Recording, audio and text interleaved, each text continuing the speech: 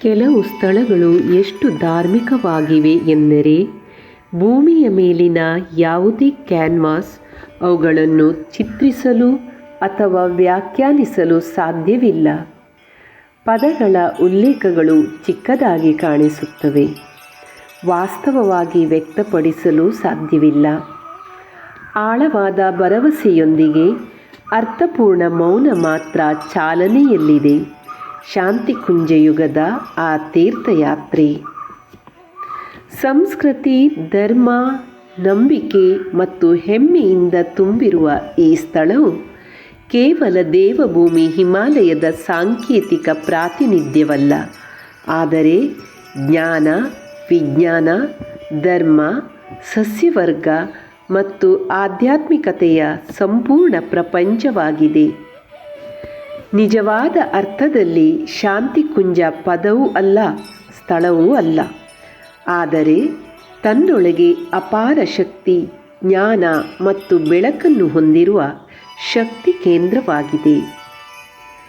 ಶಾಂತಿಕುಂಜವು ಅಭಿವೃದ್ಧಿಯ ತನ್ನದೇ ಆದ ಕಥೆಯನ್ನು ಹೊಂದಿದೆ. ಮಾತೆ ಗಂಗೆಯ ಆಧ್ಯಾತ್ಮಿಕ ಧಾರೆಯ ಮಡಿಲಲ್ಲಿ ಹುಟ್ಟಿ ಬೆಳೆದು ದಿನದಿಂದ ದಿನಕ್ಕೆ ವೈಭವವನ್ನು ಪಡೆಯುತ್ತಿರುವ ಈ ಸ್ಥಳವು ಯುಗದ ಅತ್ಯಂತ ಪವಿತ್ರ ತೀರ್ಥಯಾತ್ರೆ ಎಂಬ ಗೌರವವನ್ನು ಪಡೆದುಕೊಂಡಿದೆ.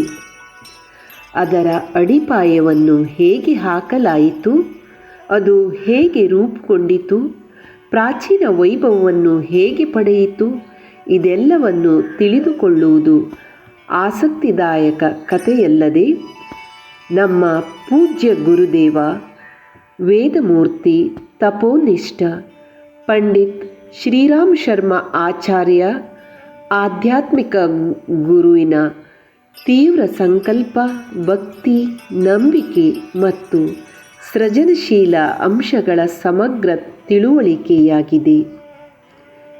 2021ರಲ್ಲಿ ಶಾಂತಿಕುಂಜದ ಸುವರ್ಣ ಮಹೋತ್ಸವವನ್ನು ಆಚರಿಸಿದ ನಂತರ ಶಾಂತಿಕುಂಜದ ಕಥೆಯನ್ನು ಹೇಳುವುದು ಅತ್ಯಂತ ಗೌರವವಾಗಿದೆ. ಹಿಂದೂ ಸಂಸ್ಕೃತಿಯಲ್ಲಿ ಪವಿತ್ರ ನಿವಾಸಗಳು ಮತ್ತು ತೀರ್ಥಯಾತ್ರೆಗಳಿಗೆ ವಿಶೇಷ ಪ್ರಾಮುಖ್ಯತೆ ಇದೆ. ಈ ಪವಿತ್ರ ಸ್ಥಳಗಳು ಮಹಾನ್ ಋಷಿಗಳ ದೀರ್ಘ ಕಠಿಣತೆ ಮತ್ತು ತಪಸ್ಸಿನ ಮೂಲಕ ಉತ್ಪತ್ತಿಯಾಗುವ ದೈವಿಕ ಶಕ್ತಿಗಳಿಂದ ಧನಾತ್ಮಕವಾಗಿ ಆವೇಶವನ್ನು ಹೊಂದಿದೆ. ಅಂತಹ ಸ್ಥಳಗಳು ಮಾನವ ಕುಲದ ಆಲೋಚನೆಗಳು, ಮನಸ್ಸು ಮತ್ತು ಆತ್ಮವನ್ನು ನಿರ್ದೇಶಿಸುತ್ತದೆ ಮತ್ತು ಶುದ್ಧೀಕರಿಸುತ್ತದೆ.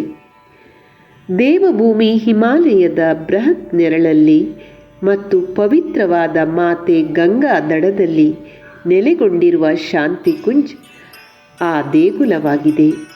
ಇದು ಎಲ್ಲರನ್ನೂ ವೈದಿಕ ಜೀವನ ಶೈಲಿಯತ್ತ ಕರೆದೊಯ್ಯುತ್ತದೆ.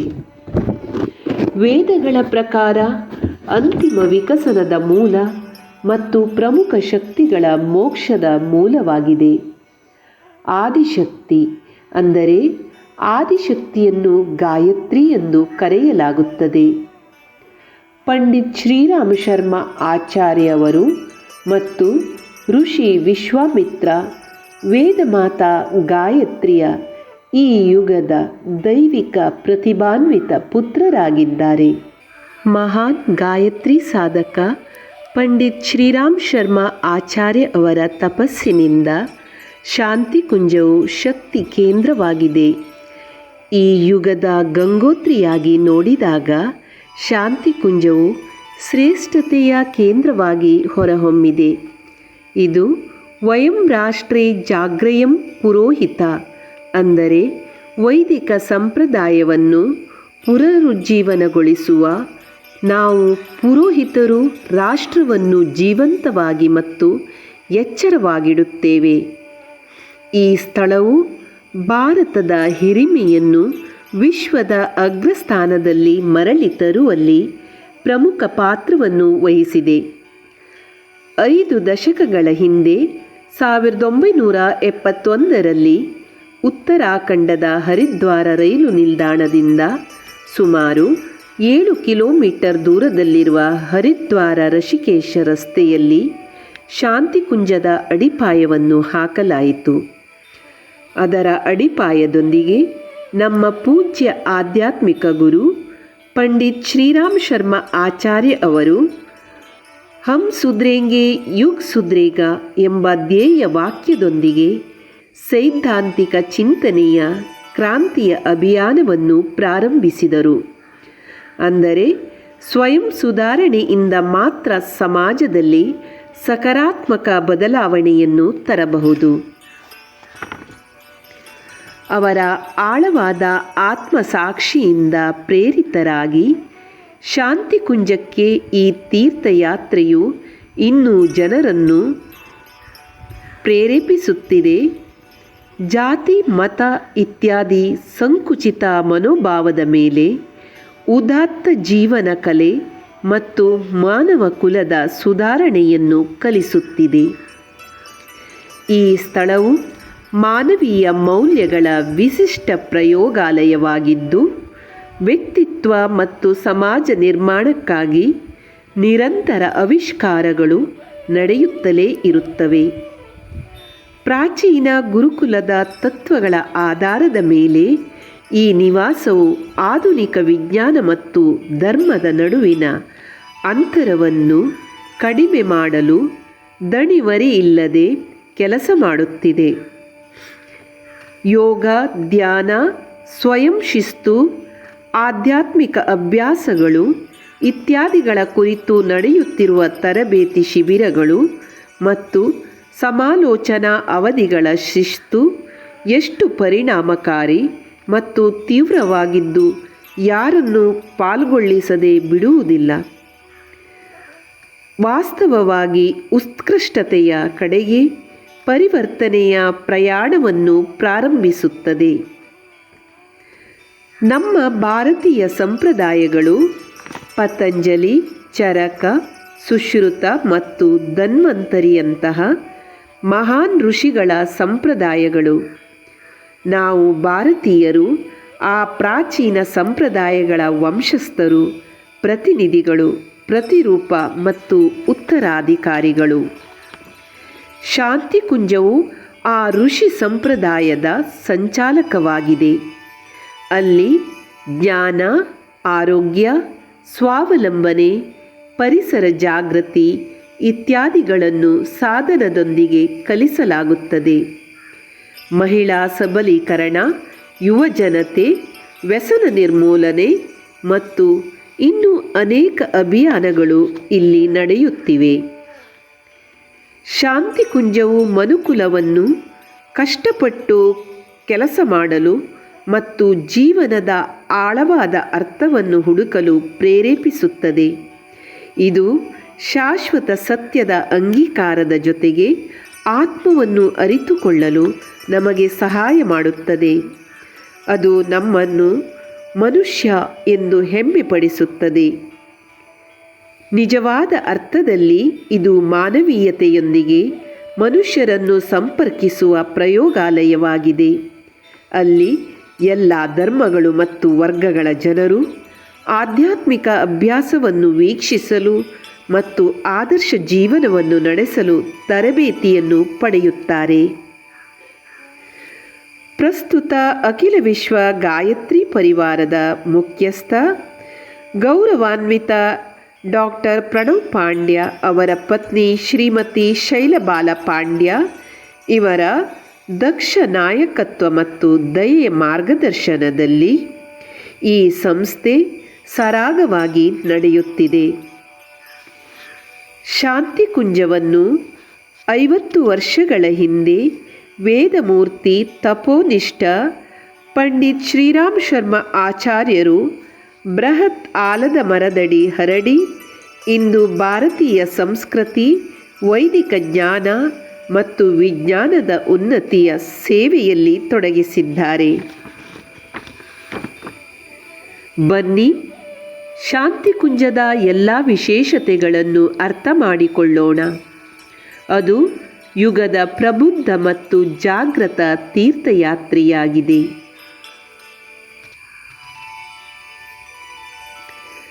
ಸೃಜಲ್ ಶ್ರದ್ಧಾ ಪ್ರಖರ ಪ್ರಜ್ಞಾ ಅಂದರೆ ಸಮೃದ್ಧಿ, ನಂಬಿಕೆ ಮತ್ತು ವಿಶೇಷ ಬುದ್ಧಿವಂತಿಕೆಯು ಯಾವುದೇ ತೀರ್ಥಯಾತ್ರೆಯ ಎರಡು ಶಾಶ್ವತ ಅಂಶಗಳಾಗಿವೆ. ಸಂತರು ಮತ್ತು ಋಷಿಗಳ ದೈವಿಕ ಆಶೀರ್ವಾದದೊಂದಿಗೆ ಈ ಎರಡು ತೊರೆಗಳು ಬಲವಾಗಿ ಅರಿತುಕೊಂಡ ಸ್ಥಳಗಳು ಮುಂದಿನ ಪೀಳಿಗೆಗೆ ಪವಿತ್ರ ನಿವಾಸಗಳಾಗುತ್ತವೆ. ಅದೇ ಪವಿತ್ರ ತೀರ್ಥಯಾತ್ರೆ ಶಾಂತಿಕುಂಜಕ್ಕೆ ಅನ್ವಯಿಸುತ್ತದೆ. ಶಾಂತಿಕುಂಜದ ಆವರಣದಲ್ಲಿ ಭವ್ಯವಾದ ಸೃಜನ ಶ್ರದ್ಧಾ ಮತ್ತು ಪ್ರಖರ ಪ್ರಜ್ಞಾ ದೇವಾಲಯಗಳನ್ನು ಸ್ಥಾಪಿಸಲಾಗಿದೆ. ಪೂಜ್ಯ ಗುರುಸತ್ತದ ಶಾಶ್ವತ ನಿವಾಸವಾಗಿದೆ. ಅವರಿಗೆ ಹೃತ್ಪೂರ್ವಕ ಭಾವನಾತ್ಮಕ ಪ್ರಾರ್ಥನೆಗಳನ್ನು ಸಲ್ಲಿಸಲು ಸುಲಭವಾಗಿ ಪ್ರವೇಶಿಸಬಹುದಾದ ತಾಣವಾಗಿದೆ. ದೈವಿಕ ಋಷಿ ಜೋಡಿಯ ಸೂಕ್ಷ್ಮ ಉಪಸ್ಥಿತಿ, ಗೌರವಾನ್ವಿತ ಪಂಡಿತ್ ಶ್ರೀರಾಮ್ ಶರ್ಮಾ ಆಚಾರ್ಯ ಮತ್ತು ಅವರ ಅರ್ಧಾಂಗಿನಿ ಭಗವತಿ ದೇವಿ ಶರ್ಮಾ, ಗಾಯತ್ರಿ ಪರಿವಾರದ ಅನುಯಾಯಿಗಳಲ್ಲಿ ಪರಮಪೂಜ್ಯ ಗುರುದೇವ್ ಮತ್ತು ವಂದನೀಯ ಮಾತಾಜಿ ಎಂದು ಪೂಜಿಸಲಾಗುತ್ತದೆ ಮತ್ತು ಸಂಬೋಧಿಸಲಾಗುತ್ತದೆ.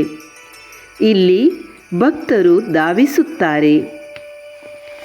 ಅಖಿಲ ವಿಶ್ವ ಗಾಯತ್ರಿ ಪರಿವಾರದ ಭಕ್ತರು ಈ ಸ್ವಯಂ ಸೇವಕರ ಅಚಲವಾದ ನಂಬಿಕೆಯು ಈ ಶಕ್ತಿ ಕೇಂದ್ರಗಳೊಂದಿಗೆ ಸಂಬಂಧ ಹೊಂದಿದೆ. ತಮ್ಮ ಭೌತಿಕ ಕವಚವನ್ನು ಚೆಲ್ಲುವ ನಂತರವೂ ದೈವಿಕ ಜೋಡಿಯು ಸೂಕ್ಷ್ಮ ರೂಪದಲ್ಲಿ ಭಕ್ತರ ಜೀವನವನ್ನು ಆಶೀರ್ವದಿಸಲು, ಮಾರ್ಗದರ್ಶನ ಮಾಡಲು ಮತ್ತು ಉನ್ನತಿಗೆ ತರಲು ಇಲ್ಲಿ ಪ್ರಸ್ತುತವಾಗಿದೆ ಎಂದು ಅವರು ದೃಢವಾಗಿ ನಂಬುತ್ತಾರೆ.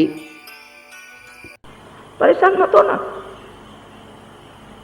तेरे साथ तेरी माँ है, तेरा पिता है, बेटे परेशान मत होना, जरा भी हैरान मत होना, हम तुम्हारे साथ हैं ना। हम तुम्हारे सुख में साथी नहीं हैं, लेकिन आपके दुख में साथी हम जरूर हैं। हम आपको मनोबल देंगे, आपको सहारा देंगे, आपको हिम्मत देंगे, आपको बल देंगे, आपको प्रेरणा देंगे, ताकि उस संकट की घड़ी को आप झेल सकें।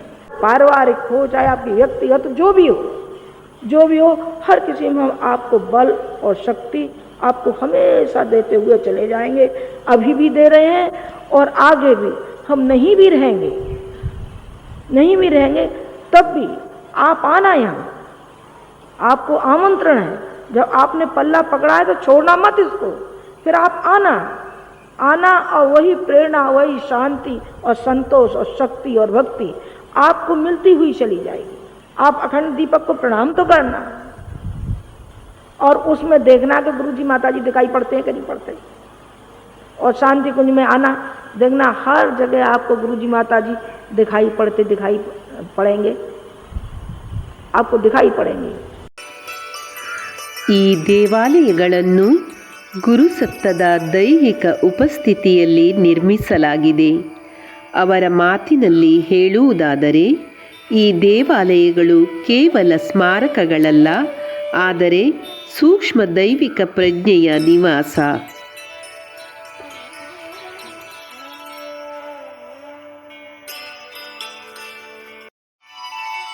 ಭಾರತವು ತನ್ನ ಅತ್ಯುತ್ತಮ ಮಾನಸಿಕ ಮತ್ತು ಆಧ್ಯಾತ್ಮಿಕ ಮೌಲ್ಯಗಳಿಗಾಗಿ ಯಾವಾಗಲೂ ಅಂಗೀಕರಿಸಲ್ಪಟ್ಟಿದೆ.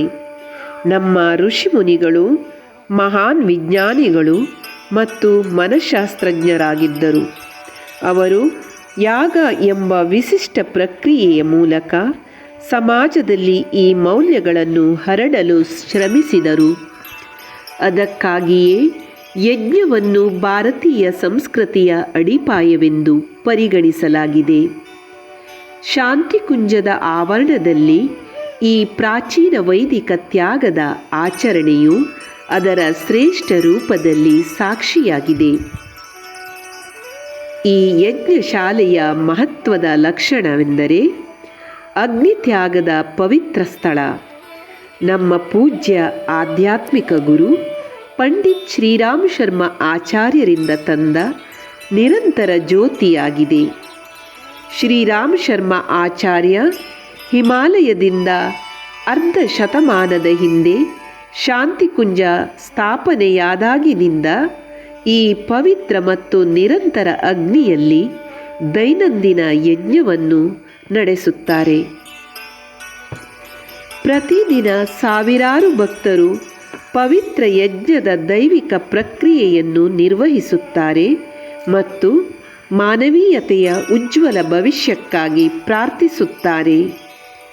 ಈ ಪ್ರಕ್ರಿಯೆಯು ಇಡೀ ಪ್ರಪಂಚದ ಒಳಿತಿಗಾಗಿ ಭಕ್ತಿ ಮತ್ತು ತ್ಯಾಗದ ಆಧಾರದ ಮೇಲೆ ಹೊಸ ಜೀವನ ಶೈಲಿಯನ್ನು ಕಲ್ಪಿಸುತ್ತದೆ. हमारे यहाँ यज्ञशाला की कैसी सुंदर व्यवस्था है, कैसा वैज्ञानिक अनुसंधान होता है। और ये देखेंगे कि यज्ञ परंपरा के बारे में, यज्ञ को जो लोग अब तक ये कहते रहते थे कि इसमें लकड़ी जलाई जाती है, सामान जलाया जाता है, कार्बन डाइऑक्साइड गैस पैदा की जाती है, नुकसान किया जाता है, उनको आप देखिए इनका मुँह बंद करने के लिए कि यहाँ यज्ञीय परंपरा को किस तरीके से वैज्ञानिक ढंग से बनाने के लिए हमारी लेबोरेटरी और प्रयोगशाला है। हम अध्यात्म विज्ञान, देव और दानव दोनों को मिला करके समुद्र मंथन का कोशिश करते हैं और ये बताते हैं क्या करना चाहिए और क्या नहीं करना चाहिए।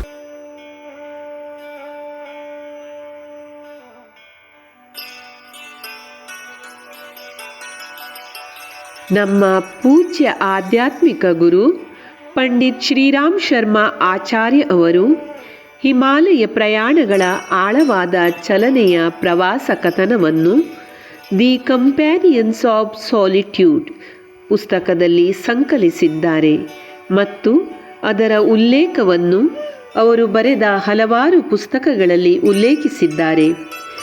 ಈ ಪ್ರಯಾಣದ ಸಮಯದಲ್ಲಿ ಸಾವಿರಾರು ವರ್ಷಗಳಿಂದ ಹಿಮಾಲಯದಲ್ಲಿ ಆಳವಾದ ಧ್ಯಾನಸ್ಥ ಸ್ಥಿತಿಯಲ್ಲಿದ್ದ 7 ಪುರಾತನ ಋಷಿಗಳ, ಸಪ್ತರ್ಷಿಗಳ ಸೂಕ್ಷ್ಮ ದೇಹಗಳೊಂದಿಗಿನ ಅವರ ಸಂವಾದವನ್ನು ಅವರು ಉಲ್ಲೇಖಿಸಿದ್ದಾರೆ. ಈ 7 ಮಹಾನ್ ಆತ್ಮಗಳು ತಮ್ಮ ಅಪೂರ್ಣ ಕಾರ್ಯಗಳ ಜವಾಬ್ದಾರಿಯನ್ನು ಗುರುದೇವರ ಹೆಗಲ ಮೇಲೆ ಹಾಕಿದರು ಮತ್ತು ನಿರ್ದೇಶನಗಳನ್ನು ನೀಡಿದರು. ಗುರುದೇವ್ ಹಿಮಾಲಯದಿಂದ ಹಿಂತಿರುಗಿದರು ಮತ್ತು ಈ ಅತ್ಯಂತ ಗೌರವಾನ್ವಿತ ಸೂಚನೆಗಳನ್ನು ಕಾರ್ಯರೂಪಕ್ಕೆ ತರಲು ತಮ್ಮ ಜೀವನವನ್ನು ಮುಡಿಪಾಗಿಟ್ಟರು. ಅವರು ಶಾಂತಿಕುಂಜ ಸಂಕೀರ್ಣದಿಂದ ಸಪ್ತ ಋಷಿಗಳ ಚಲನೆಗೆ ಪ್ರಚೋದನೆಯನ್ನು ನೀಡಿದರು ಮತ್ತು ಅವರ ಪ್ರತಿಮೆಗಳನ್ನು ಸ್ಮಾರಕವಾಗಿ ಸ್ಥಾಪಿಸಿದರು. ऋषि परंपरा की स्थापना भी यहाँ की है, इसकी मूर्तियाँ और प्रतिमा भी यहाँ बनाई हैं। और मूर्तियों और प्रतिमाओं के बनाने के अलावा यहाँ सबसे बड़ा काम किया है कि वो लोग जो काम करते थे उस किए हुए काम को हमने किसी न किसी रूप में जारी रखने की बराबर कोशिश की है. ಈ ಪ್ರದೇಶವನ್ನು ಆಶ್ರಮದ ಸಪ್ತ ಋಷಿಗಳ ನಿವಾಸ ಎಂದು ಕರೆಯಲಾಗುತ್ತದೆ. ಅಖಿಲ ವಿಶ್ವ ಗಾಯತ್ರಿ ಪರಿವಾರ ಸದಸ್ಯರು ದೃಢವಾಗಿ ಸಪ್ತ ಋಷಿಗಳು ಇಲ್ಲಿ ಸೂಕ್ಷ್ಮ ರೂಪದಲ್ಲಿ ಇದ್ದಾರೆ ಎಂದು ನಂಬುತ್ತಾರೆ. ಇಲ್ಲಿಂದ ಅವರು ಎಲ್ಲ ಚಳುವಳಿಗಳು ಮತ್ತು ಜನರನ್ನು ಬಲಪಡಿಸುತ್ತಾರೆ ಮತ್ತು ರಕ್ಷಿಸುತ್ತಾರೆ.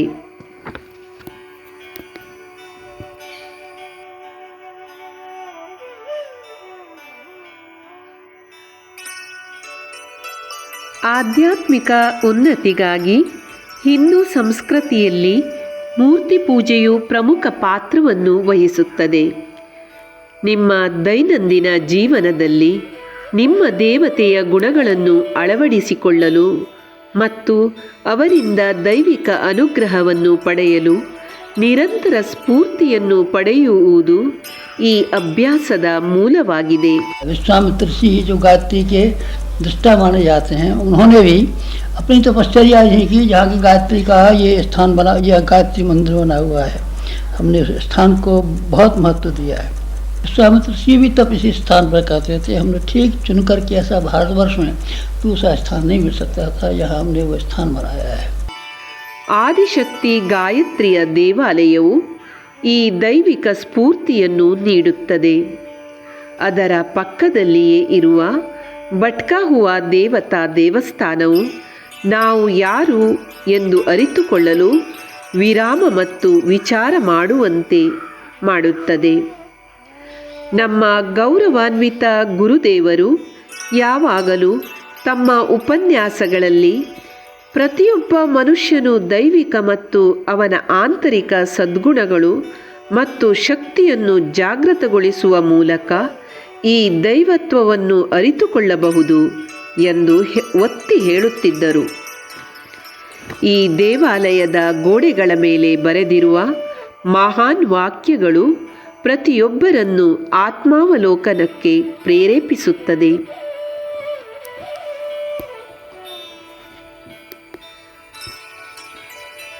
ನಮ್ಮ ಪೂಜ್ಯ ಗುರುದೇವ ಪಂಡಿತ್ ಶ್ರೀರಾಮ್ ಶರ್ಮಾ ಆಚಾರ್ಯರು ತಮ್ಮ 15ನೆಯ ವಯಸ್ಸಿನಲ್ಲಿ ತಮ್ಮ ಆಧ್ಯಾತ್ಮಿಕ ಮಾರ್ಗದರ್ಶಕರ ದೈವಿಕ ಪ್ರೇರಣೆಯಿಂದ ಈ ಪವಿತ್ರ ದೀಪವನ್ನು ಬೆಳಗಿಸಿದರು. रामचंद्र जी के भी 2 गुरु थे, एक का नाम विश्वामित्र था और एक का नाम वशिष्ठ जी था। 2 गुरु थे।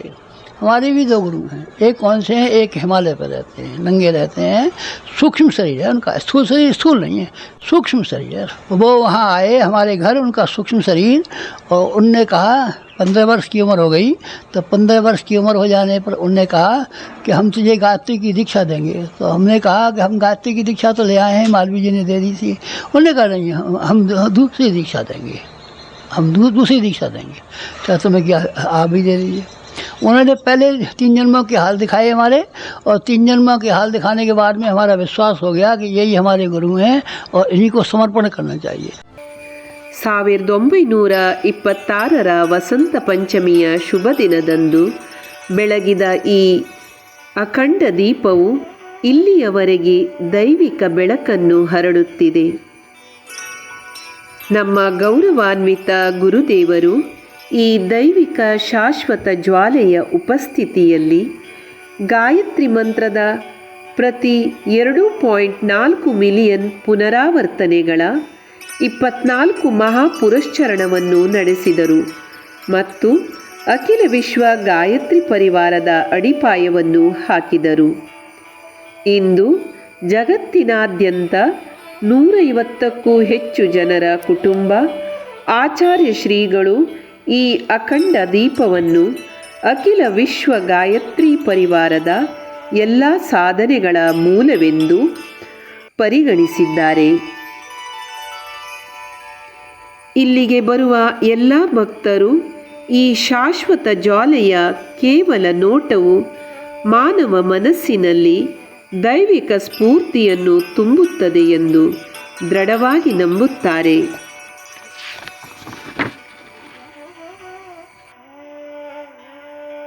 ದೈವಿಕ ಹಿಮಾಲಯ ದೇವಾಲಯವು ಶಾಂತಿಕುಂಜದ ವಿಶಿಷ್ಟ ಸ್ಥಾಪನೆಯಾಗಿದೆ.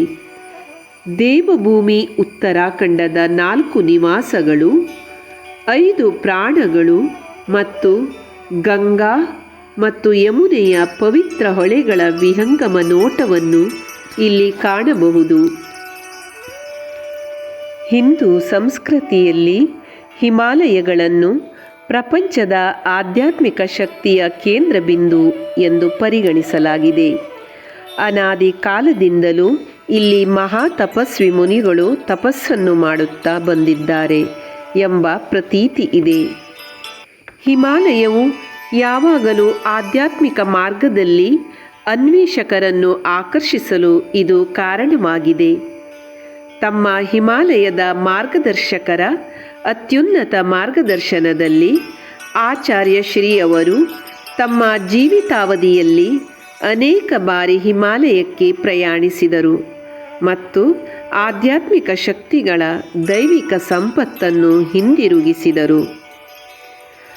ಆಧ್ಯಾತ್ಮದ ಹಾದಿಯಲ್ಲಿರುವ ಪ್ರತಿಯೊಬ್ಬರೂ ಹಿಮಾಲಯಕ್ಕೆ ಭೇಟಿ ನೀಡಲು ಪ್ರಯತ್ನಿಸಬೇಕು ಎಂದು ಆಚಾರ್ಯ ಶ್ರೀ ಹೇಳುತ್ತಿದ್ದರು.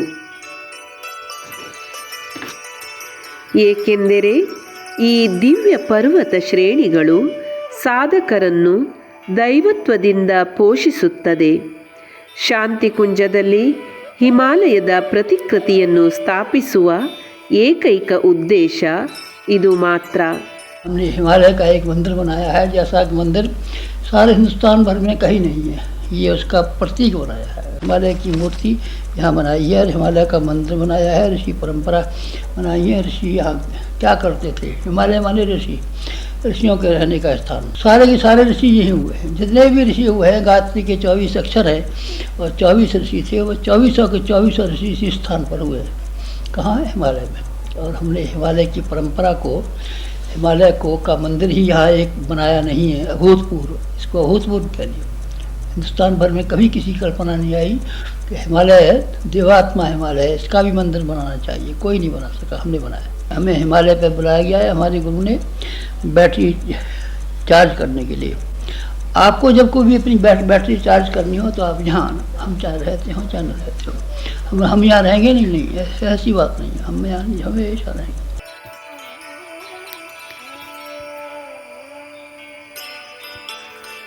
ಹಸಿರು ದೇವಾಲಯ ಅಂದರೆ ಇಲ್ಲಿನ ಹರಿತಮ ದೇವಾಲಯವು ಅಂಥ ವಿಶಿಷ್ಟ ದೇವಾಲಯವಾಗಿದ್ದು, ಇಲ್ಲಿ ದೇವತೆಗಳ ವಿಗ್ರಹಗಳ ಬದಲಿಗೆ ವಿವಿಧ ಮರಗಳು ಮತ್ತು ಸಸ್ಯಗಳು ಕಂಡುಬರುತ್ತವೆ.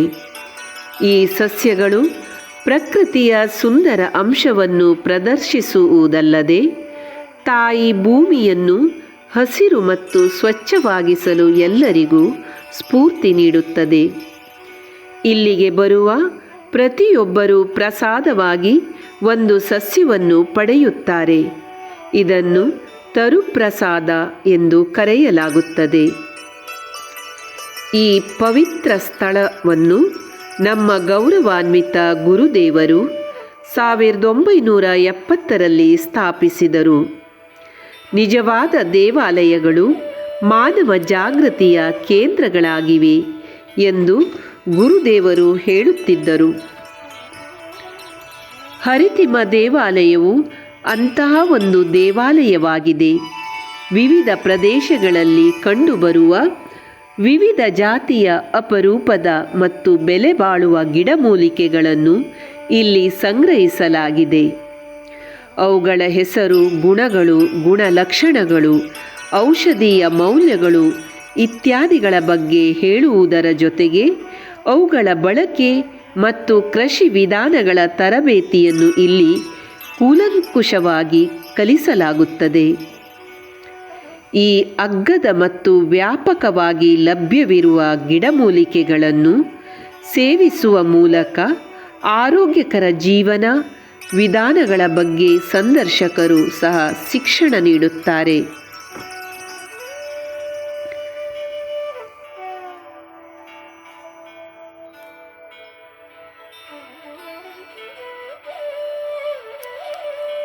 ಪ್ರಸ್ತುತ ಯುಗದ ದಾರ್ಶನಿಕ ಮತ್ತು ಋಷಿ ನಮ್ಮ ಗೌರವಾನ್ವಿತ ಗುರುದೇವರು ಒಳ್ಳೆಯ ಪುಸ್ತಕಗಳು ಜೀವಂತ ದೇವರಂತೆ, ಅವರ ಸಹವಾಸವು ಜೀವನದಲ್ಲಿ ತ್ವರಿತ ಬೆಳಕು ಮತ್ತು ಸ್ಫೂರ್ತಿ ನೀಡುತ್ತದೆ ಎಂದು ಹೇಳುತ್ತಿದ್ದರು.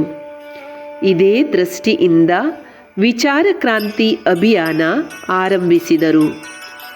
ಪೂಜ್ಯ ಗುರುದೇವ್ ಹೇಳುತ್ತಿದ್ದರು, ಗಾಯತ್ರಿ ಪರಿವಾರದ ಅನುಯಾಯಿಗಳು ಅವರ ಭೌತಿಕ ಶರೀರ ಇಲ್ಲದ ನಂತರವೂ ಅವರು ಸಾಹಿತ್ಯದಲ್ಲಿ ಅವರನ್ನು ಕಾಣಬಹುದು ಎಂದು.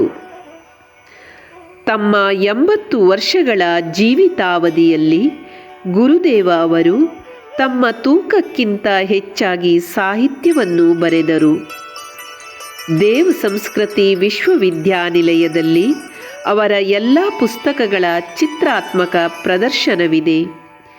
ಇದು ಸಾಹಿತ್ಯದ ಶ್ರೀಮಂತ ಪರಂಪರೆಯನ್ನು ಸಂಕ್ಷಿಪ್ತವಾಗಿ ಅರ್ಥ ಮಾಡಿಕೊಳ್ಳಲು ಅವಕಾಶವನ್ನು ಒದಗಿಸುತ್ತದೆ.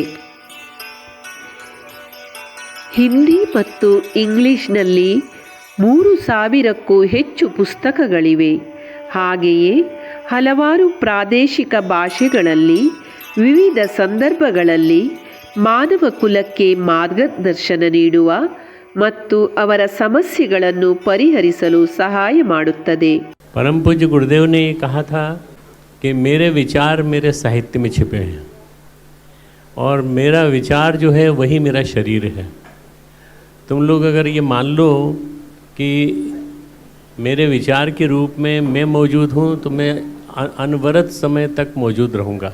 गुरुदेव हमारे जीवन में कैसे आएंगे, तो गुरुदेव को जीवन में लाना है तो उसका एक ही तरीका है कि इस साहित्य को हम घर घर पहुँचाएँ, और हम स्वयं पढ़ें नियमित रूप से।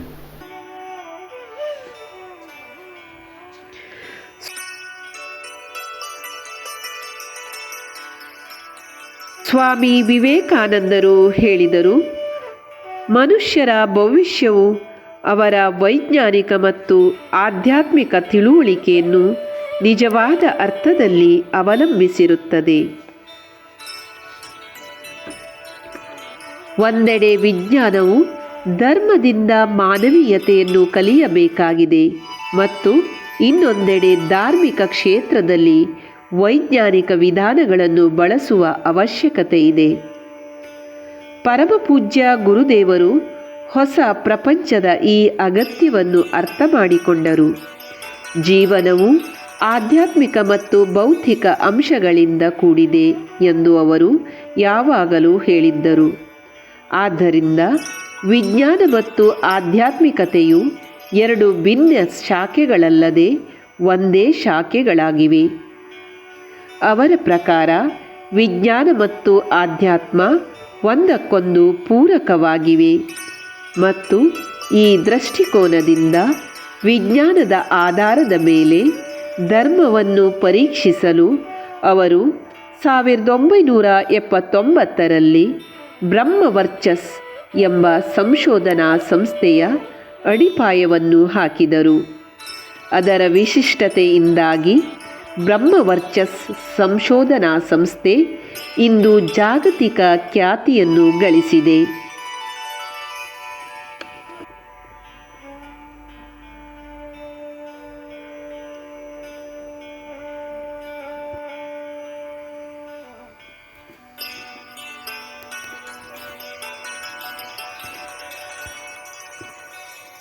ಪ್ರಸ್ತುತ ಡಾಕ್ಟರ್ ಪ್ರಣವ್ ಪಾಂಡ್ಯ ಇದರ ಮುಖ್ಯ ನಿರ್ದೇಶಕರಾಗಿದ್ದಾರೆ ಮತ್ತು ಅವರ ನಾಯಕತ್ವದಲ್ಲಿ ಹೆಚ್ಚಿನ ಸಂಖ್ಯೆಯ ಉನ್ನತ ಅರ್ಹತೆ ಹೊಂದಿರುವ ಸಮರ್ಪಿತ ಸಂಶೋಧನಾ ಸಹೋದ್ಯೋಗಿಗಳು ವೈಜ್ಞಾನಿಕ ಆಧ್ಯಾತ್ಮಿಕತೆಯ ಕುರಿತು ಸಂಶೋಧನೆ ಹಾಗೂ ಪ್ರಬಂಧಗಳನ್ನು ಪ್ರಕಟಿಸಲು ತೊಡಗಿದ್ದಾರೆ.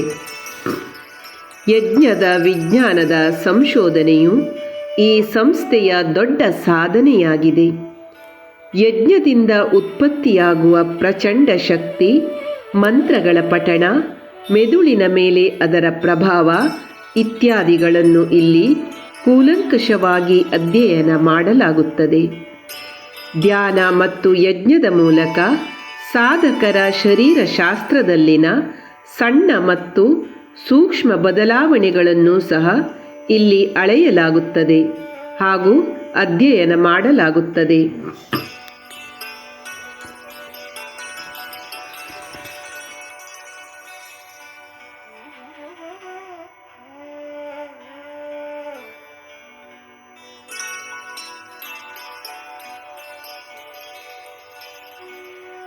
ದೇವ ಸಂಸ್ಕೃತಿ ವಿಶ್ವವಿದ್ಯಾಲಯ 7ನೇ ಶತಮಾನದಲ್ಲಿ ಪ್ರಸಿದ್ಧ ಚೀನಿ ಪ್ರವಾಸಿ ಹ್ಯೂಯೆನ್ ಸಾಂಗ್ ಭಾರತಕ್ಕೆ ಭೇಟಿ ನೀಡಿದರು.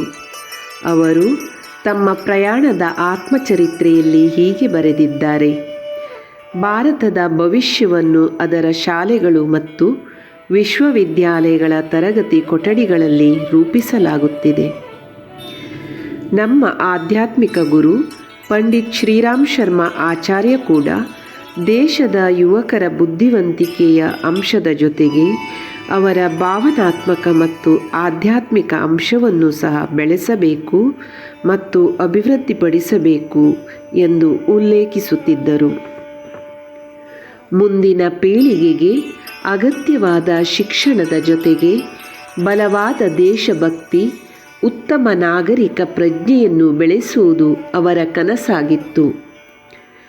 ಮಹಾಮಾನವರ ತಲೆಮಾರುಗಳನ್ನು ಸೃಷ್ಟಿಸುವ ಅವರ ಉದಾತ್ತ ಕನಸನ್ನು 11 ಏಪ್ರಿಲ್ 2002ರಂದು ದೇವ ಸಂಸ್ಕೃತಿ ವಿಶ್ವವಿದ್ಯಾಲಯದ ಸ್ಥಾಪನೆಯೊಂದಿಗೆ ಸಾಕಾರಗೊಳಿಸಲಾಯಿತು. ಅಲ್ಲಿ ಇಂಜಿನಿಯರ್ಗಳು, ವೈದ್ಯರು, ವಕೀಲರು, ವಿಜ್ಞಾನಿಗಳು ಮುಂತಾದವರು ಮಾತ್ರವಲ್ಲದೆ ಮೌಲ್ಯಗಳನ್ನು ಪಾಲಿಸುವ ಉತ್ತಮ ಕರ್ತವ್ಯಶೀಲ ಮಾನವರು ಸೃಷ್ಟಿಯಾಗುತ್ತಾರೆ ಮತ್ತು ಜೀವನದಲ್ಲಿ ಸಮಗ್ರತೆ ಉತ್ಪತ್ತಿಯಾಗುತ್ತದೆ. ಇಂದು ಈ ವಿಶ್ವವಿದ್ಯಾನಿಲಯವು ನೈತಿಕ ವಿಷಯ ತಜ್ಞರನ್ನು ಉತ್ಪಾದಿಸುವ ನಿಜವಾದ ಜ್ಞಾನದ ಕೇಂದ್ರವಾಗಿದೆ.